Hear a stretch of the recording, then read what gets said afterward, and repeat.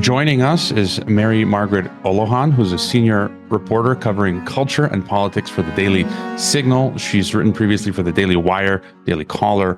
She's a graduate of the Catholic University of America. She's a proud eldest daughter of an Irish Catholic family of 11 children. Unbelievable. We'll be discussing her new book, Detrans, True Stories of Escaping the Gender Ideology Cult. Welcome to the podcast, Mary. Thanks so much for having me on. Yeah, I've been just finishing your book. It's not out yet. It'll be out in a couple of days. People can pre-order it. But just from cracking open page one, I'm shaking my head. Really, I haven't been this disturbed in a while when it comes to reading books. It's truly ludicrous the things that are going on when it comes to this trans stuff, the ideology. I almost felt like I had to stop reading, but it's very important. It's very well done. So what's going on with detransitioning? Is there a reverse trend now beginning to form of people going reverse trans? Yeah, it's an interesting phenomenon where all of these young people who were told that they could transition and could become another gender, these young people are realizing that A, you can't do that, it's impossible, and B, that their lives are significantly worse than they were when they were attempting to transition and that they were lied to. And so a lot of these detransitioners have begun stepping forward to say, I regretted this. This is why. This is what happened to me. And I want my story to be a cautionary tale for other people. And this is revolutionary because before, what you would hear from transgender activists was, if you believe that you are transgender or you believe that you're a guy when you're actually a girl, you should be affirmed. Everyone in your life should affirm you, or else they hate you and they want you dead. And the narrative that was coming from these activists and from establishment media and even certain politicians was, there isn't really anyone that regrets their transition, and allowing young people to access so-called gender affirming care is going to make their lives better and help them not commit suicide. That was the predetermined narrative. And that narrative is falling apart because so many young people have begun stepping up to say, no, this really hurt me. I regret this and I wish I hadn't done it. And so a lot of these detransitioners are people I spoke to for this book, and I wanted to give their stories a platform and be able to give them a platform to tell their stories in a reported way, right? I'm a reporter. There's lots of people who are smarter than me that can do excellent commentary on this topic. But my goal here was to tell their stories, to put them out there, to let everyone know. And then you can decide what you will from that. But I think you would be very hard pressed to find someone that would read the story of, let's just say, Chloe Cole, and see what she has been through and hear her experience and the mental and physical suffering that she has been through, and not think, there should have been more caution here. This should have been slowed down. We shouldn't have fast-tracked this girl's transition. And I think my hope is that across the board, that will be the attitude towards these stories of detransitioners. And I like how in your book there's an arc where basically you sort of take us, how it starts with these young people, what happens when they start taking the hormones and then the surgery, all the influences that get them there, the big business, the doctors, the parents, the teachers, and then as they attempt to detransition. So you sort of give us a full picture. You've talked to these people, so it's very powerful. I just found it also fascinating. You write about this organization where they discuss eunuchs now as a valid gender identity, kind of like that guy in Game of Thrones. But you have different cases. Prisha. How do Luca, Prisha, Chloe? How do young people become vulnerable? First to falling into this trap of wanting to attempt to change their gender. Right. I spent a long time asking the detransitioners about different aspects of their personal lives before they went down this path, because I think that's a really important part of this narrative. And it's an important part of helping parents, especially, understand what could be putting their kids at risk. So pretty much every single detransitioner I spoke to was suffering from mental health issues. They were also very lonely. Some of them believe they were on the spectrum. Some of them had a troubled family life. For example, parents going through a divorce, an alcoholic parent, parents that didn't get along, etc. And these young people typically didn't really fit in at school. They were struggling to make friends. And so they would turn to the internet as a place of seeking companionship and solace and identity. And that's another part of this, is that most of these kids were looking for an identity. They didn't really know where they fit in or who they were or what they should be. And so they were looking, kind of grasping for some sort of identity that they could belong to. And so as they're online and they're being exposed to gender ideology online. But I don't think that's the only thing that we should be thinking about here, in terms of how these kids get exposed to this type of thing. They're kind of primed for gender ideology by the depictions of masculinity and femininity that they're seeing online. For example, if a young girl goes on Instagram, she's going to be bombarded with images of these really sexy, attractive women who go on these exotic vacations, and they get so much male affirmation, and they're dressed very scandalously, and they get so much attention from everyone, and they're very affirmed for these attitudes and kind of promiscuous behavior. Well, for your average teenage girl who sees that, that's scary, because you think, okay, I apparently should be like that. That's my role model as a woman, and she's beautiful. Everyone likes her. But you don't know how to be that. You don't look like her. Your body doesn't look like hers. You don't think that's attainable. Her lifestyle isn't attainable. So that's scary. And then you're exposed to a lot of really pornographic content on social media, as we know many, many, many children are these days, and adults, whether you want to see it or not. And for multiple of the girls that I spoke to for this book, they told me that as they were looking online, they were exposed to pornography, and the depictions of women in pornography scared them. They told me that one girl said, that doesn't look like fun. It looks like the men are having fun. It looks like the women are hurting. And this is true. We know that women are degraded and humiliated in pornography in really horrible ways. And so when you combine that, this terror of female sexual relations, and a lot of these girls have had assaults in their past. When you combine that with the terror of actual femininity, or what they think is femininity, these very sexualized depictions of women online. And then you have these gender ideologists saying, oh, you don't think you're a woman? Well, maybe that's because you're not. And it's too perfect. And so I think we have a lot of cultural factors that play into our understandings here or not our understandings, but the way that these young people go down this path. Abel Garcia, for example, one of the boys I spoke to for this book, told me that he felt like he didn't live up to the masculine standards in his family and online. He didn't feel very masculine. He felt like he was overweight, and he didn't feel like he lived up to it. So he thought, okay, if I'm not going to be the best, which is a very male instinct, you want to be the best. I'm a woman, I'm telling you this, but I've been told that it's a very male instinct. So Abel's thinking, if I can't be the best, then why would I do it at all? I don't want to be a mediocre man. And so he begins to think, maybe I'm actually a woman. Maybe that's what's going on here. And I think that, we could attribute a lot of factors to why that these young people are experiencing masculinity and femininity in this way and being pushed away from healthy representations. But I think that one real aspect is that our culture is just glorifying the wrong parts of these things. And we're not allowing kids the chance to just grow up, to just be a kid, to just, experiment a little with makeup as a girl, and then, maybe have your first crush or hold hands with a boy for the first time. These things are being taken away from our kids because they're having ideology pushed on them. And it's when this ideology takes over, they're kind of fast-tracked to very adult and very inappropriate decisions. A young teenage girl shouldn't be pondering whether she would like to have a genital procedure to help her have a different type of sexual relations with someone of her own sex or someone of the opposite sex. It's just too much for a young person to deal with. And it's frankly very inappropriate and wrong. So this is, I'm rambling, but this is absolutely a huge part of these young people's decisions to transition, and social media in particular really played a huge role.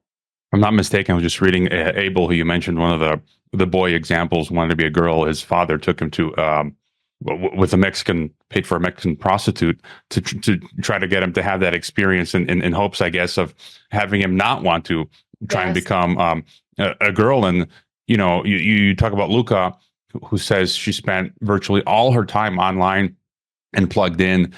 So it seems like the primary vector seems to be the internet and smartphone. I always think of the internet and the smartphones basically as a military technology, military weapons. DARPA created the internet, and it's basically like mind control. And I used to teach in Mexico and Kazakhstan, rural Kazakhstan, which is a very conservative, traditional society. And at the school that I was teaching there, Nazarbayev Intellectual School, they have 20 campuses around the country.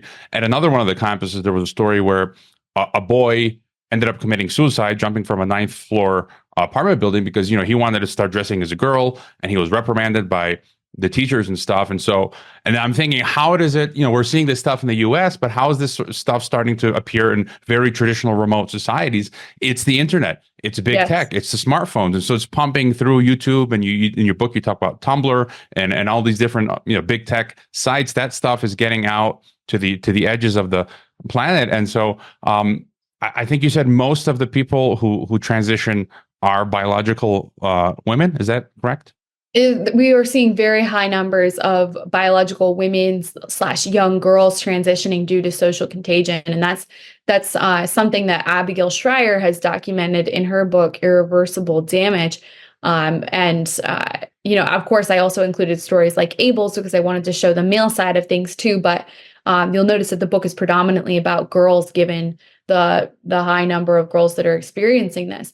And just on that social media note, I did want to add, if you ever go on TikTok or on Instagram Reels, but particularly on TikTok, you'll notice that all of these young people who are making these videos sound the same. They all sound the same, whether or not they're from the USA, whether they're from Europe, or whether they're from Mexico.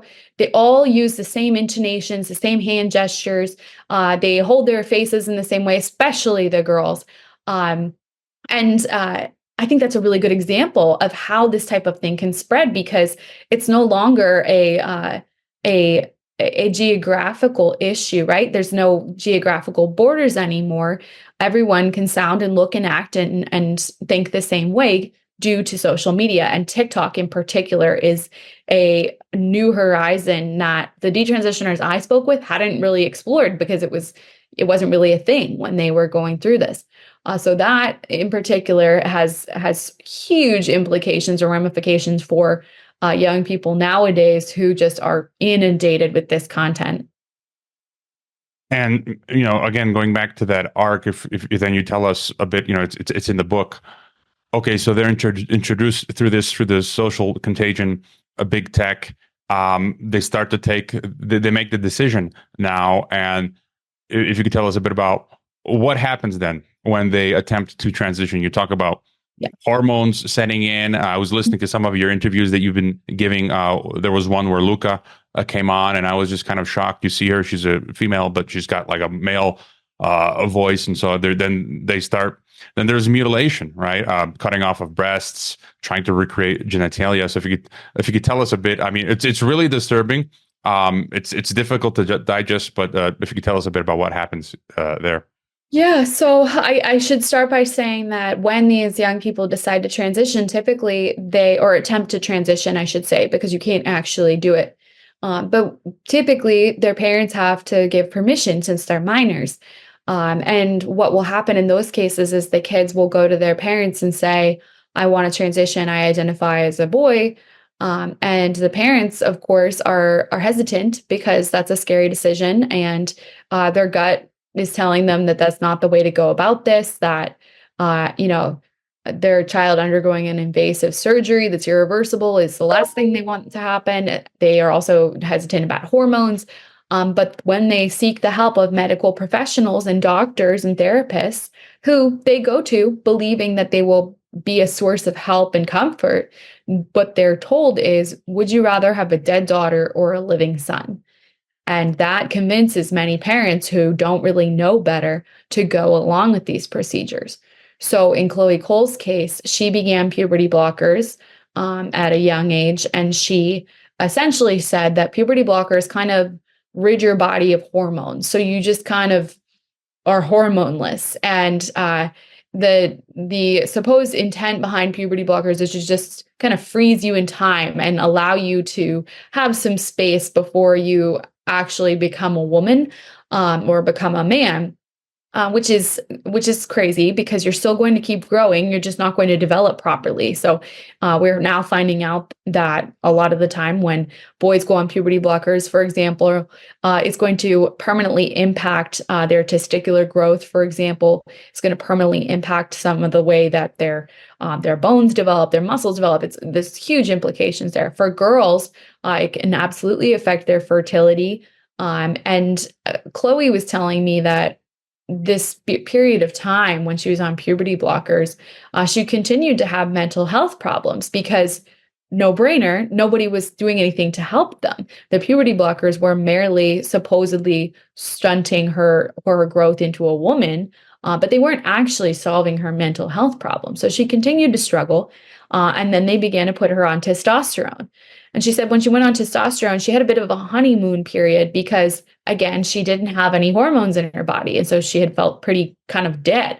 Once she began taking testosterone, all of a sudden she had so much energy, and she had so many new side effects, both mentally and physically. And at first she thought this was great. She had this honeymoon period, like I was saying. Then she began to notice that her skin was getting really coarse. Her hair was changing. Some of it was falling out, or she was having hair growth in weird places. Her bones were beginning to develop differently. Her muscles were developing differently. Now she'll tell me that, I believe it's Chloe, that her shoulders feel too heavy for her body because of the way the testosterone affected how her bone density was developing. And in terms of mental side effects, she and many of the other girls described to me intense feelings of rage, just rage that they had never known before. They didn't know what to do with. Helena's dad had her go outside and chop wood as a way of getting out this pent up rage because she didn't know what else to do. Also, really intense sexual urges that they hadn't felt before and that they didn't know what to do with. And they described it to me in one sense as going through puberty as a young boy, but as a teenage girl. And then also kind of as if going through menopause with the hormonal swings and side effects that many women often feel going through menopause. So just a whirlwind of emotions and physical and mental side effects. And then on top of it, their mental health issues were not going away. They were still there because they were not being treated. And in many cases, the mental health issues that they were struggling with weren't even acknowledged or diagnosed. For example, Prisha was severely anorexic. But when she was going in for her surgery, it wasn't even acknowledged that part of her desire to get this surgery was that she would lose 8 pounds from having her breasts removed, which is a huge deal. You know, that's feeding into the whims of an anorexic person who is mentally ill and needs help. But that was not acknowledged as part of her treatment. And so from the testosterone, many of these girls will go on to get double mastectomies. And that's an irreversible procedure in which your breasts are removed. You cannot get them back, and you will have scars on your chest for a long, long time, if not the rest of your life. For some of these people, their scars haven't fully healed yet, like Chloe Cole, for example, whose scars are several years old but have not fully healed. And the procedure is invasive and it takes a while to heal. You can't fully put your arms up for many weeks. You need someone to take care of you. Prisha, for example, had to go back to work shortly afterwards because she was trying to make money to pay for herself, her life. And she went back to work too early and put a lot of stress on her body and was in a really tight spot. And she told me some really horrific and hard stories too about recovering from the surgery. I made sure to ask everyone, what were your last memories right before you closed your eyes for the surgery? Do you have anything? Were you thinking anything in particular? Did you talk to anyone? Did anyone say anything to you? And then I wanted to know what their first recollections were when they woke up.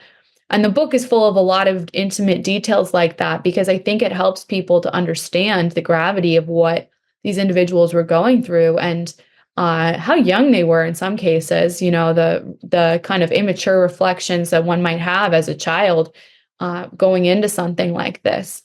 I think one really poignant one was Chloe Cole told me right before she went under, she made eye contact with this male nurse that was across the room from her.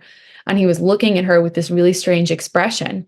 And she's not sure exactly what he was thinking, but she's pretty sure he was wondering why they were doing this to her, a 16-year-old girl who really didn't know anything about life and was naive and youthful. Chloe's very youthful in appearance and in tone.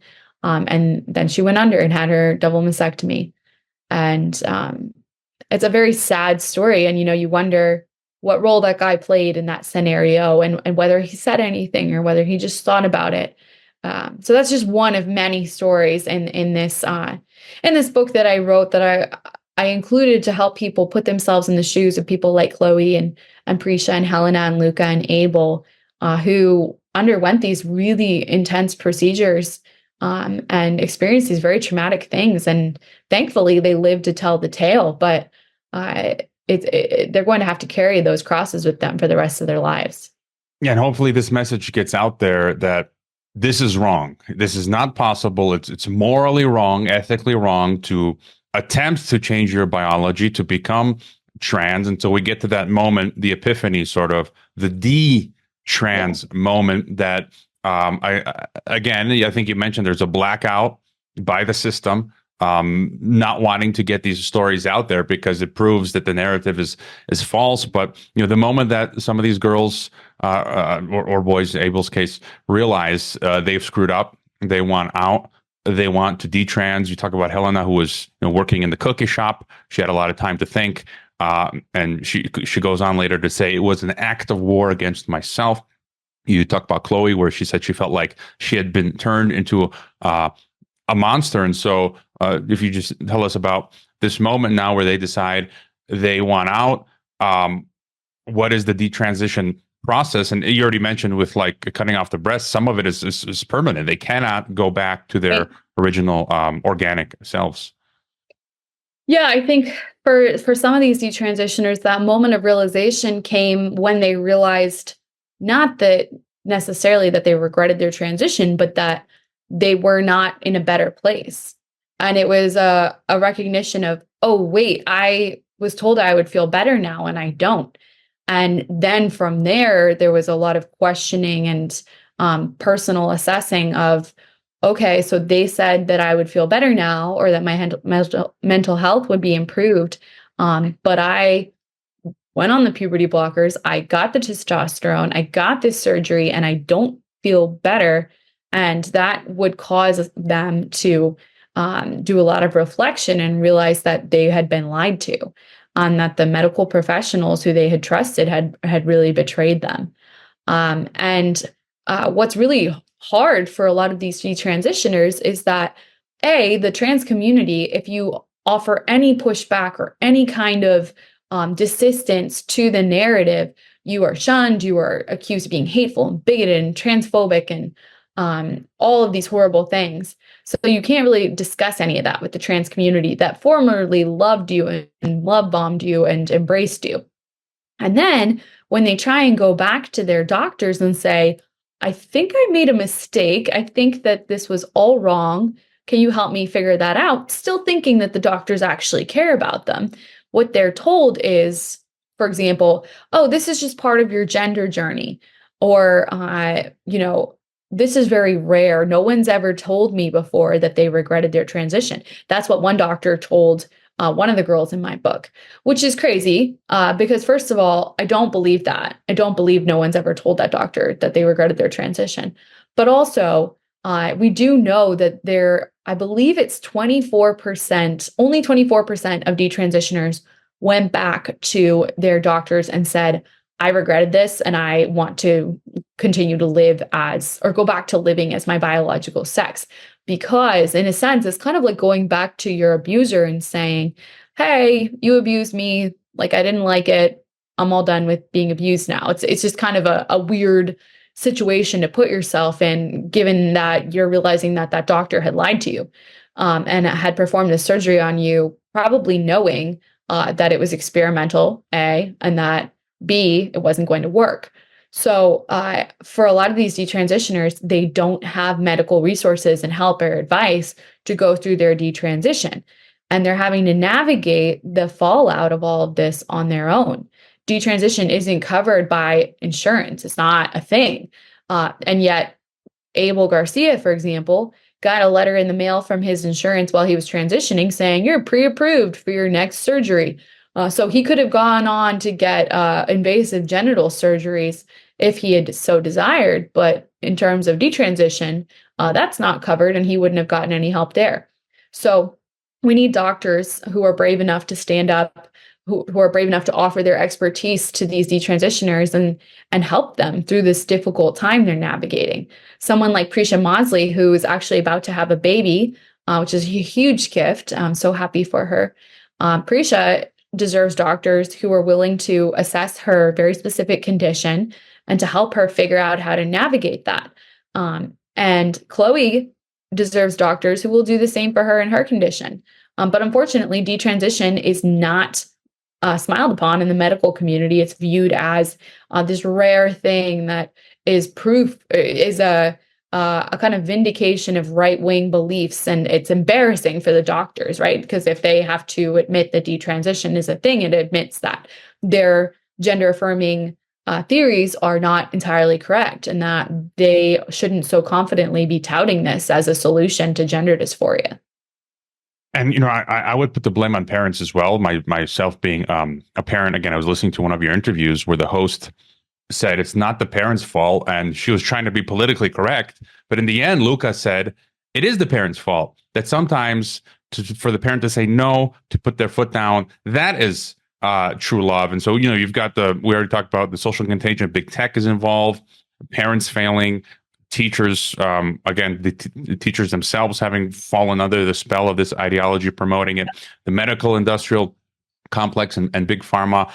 We've even got the State Department, I've read, financing LGBTism, to foreign countries like Ecuador and Eastern Europe and the Middle East. So the government is pushing this stuff, especially in the American government and the EU. Just any further thoughts on, you talk about there's a lot of money to be made. But any other thoughts on where is this coming from? The source of this madness? Well, I think it's largely coming from these activist groups that are pushing agendas and have people in powerful places, such as the White House, or embedded with big corporations, and have the ability to hold sway over medical institutions and organizations and corporations and our president or our lawmakers.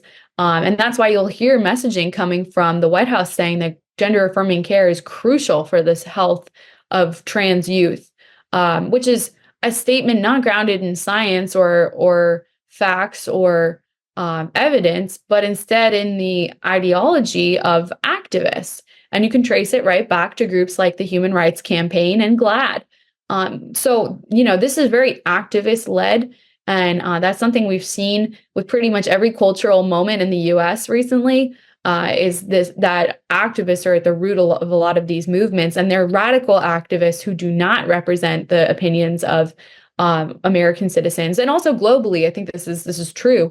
Radical activists who are leading the charge on these things, who are not representative of the views of most people, and yet the way our media talks about these things, they buy into the talking points of these radical activists, partially because the activists give them media talking points and guides and say, don't say this, say that, and the media outlets follow their rules.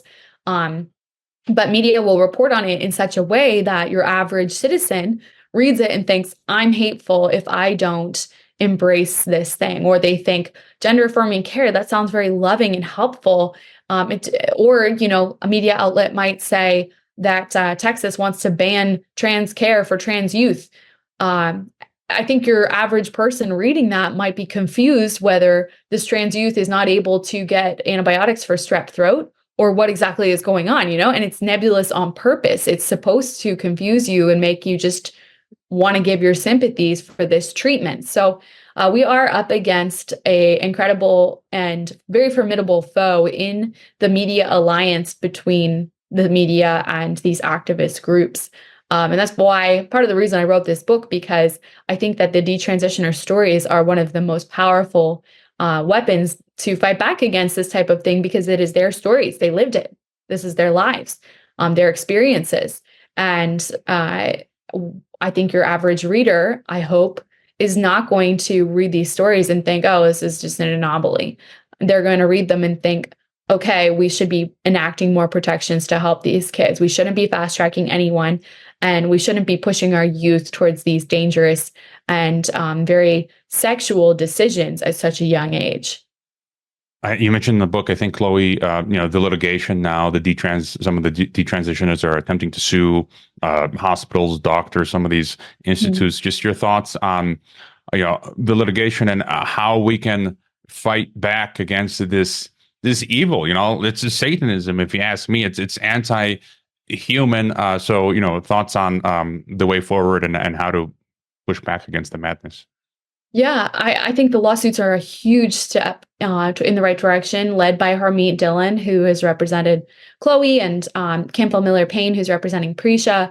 There's a whole bunch of very brave lawyers right now that are stepping forward, and kudos to them, because it's not an easy thing to do, and it's not even the sexiest issue in the world. There's a lot of other things that lawmakers would like to talk about, or the media would like to talk about, and it's sometimes hard to make your voice heard in this matter, but they are making headway, and those lawsuits name and shame the doctors, the therapists, the medical institutions that did this, and that's huge. So I'm excited to see more of those, and I'm excited to see how these lawsuits develop. I also think the detransitioners speaking up is massive. A lot of the detransitioners in my book will go to state assemblies or state hearings, and they'll testify to state lawmakers. They'll even come to Washington and testify to our lawmakers here in DC. That's very, very impactful. And Chloe's testimonies in particular, I believe Speaker Johnson invited her to testify a few months ago. Her testimony went viral on a number of occasions, just very moving, emotional testimony from a young girl whose life has been traumatically affected. And she very simply explained her story, and I think it reached many, many, many people. So I'm very proud of her and the other detransitioners who continue to put themselves on the line to share their stories. All right. Any final thought? And then again, let us know your where's the best places to find you, X, your website, projects, where to get the book and so forth. Yeah, well, you can find me on X at Mary Margaret Olohan. You can buy my book on Amazon. You can pre-order it now, or it'll be available on May 28th to actually ship, which is very exciting, coming up soon. And then you can find my reporting at dailysignal.com. I'm a reporter, so I like to break news sometimes. So you can find what I do break over there. And I would just like to say, these stories deserve to be heard. We shouldn't let them pass by unremembered. These young people went through some very traumatic things, and they're being brave enough to tell their stories, and we should give them a platform. All right, really, really good work. Again, links are in the description. Detrans: True Stories of Escaping the Gender Ideology, called from publisher Regnery, who I'm also a big fan of. Thank you, Mary, for being on Geopolitics and Empire. Thank you.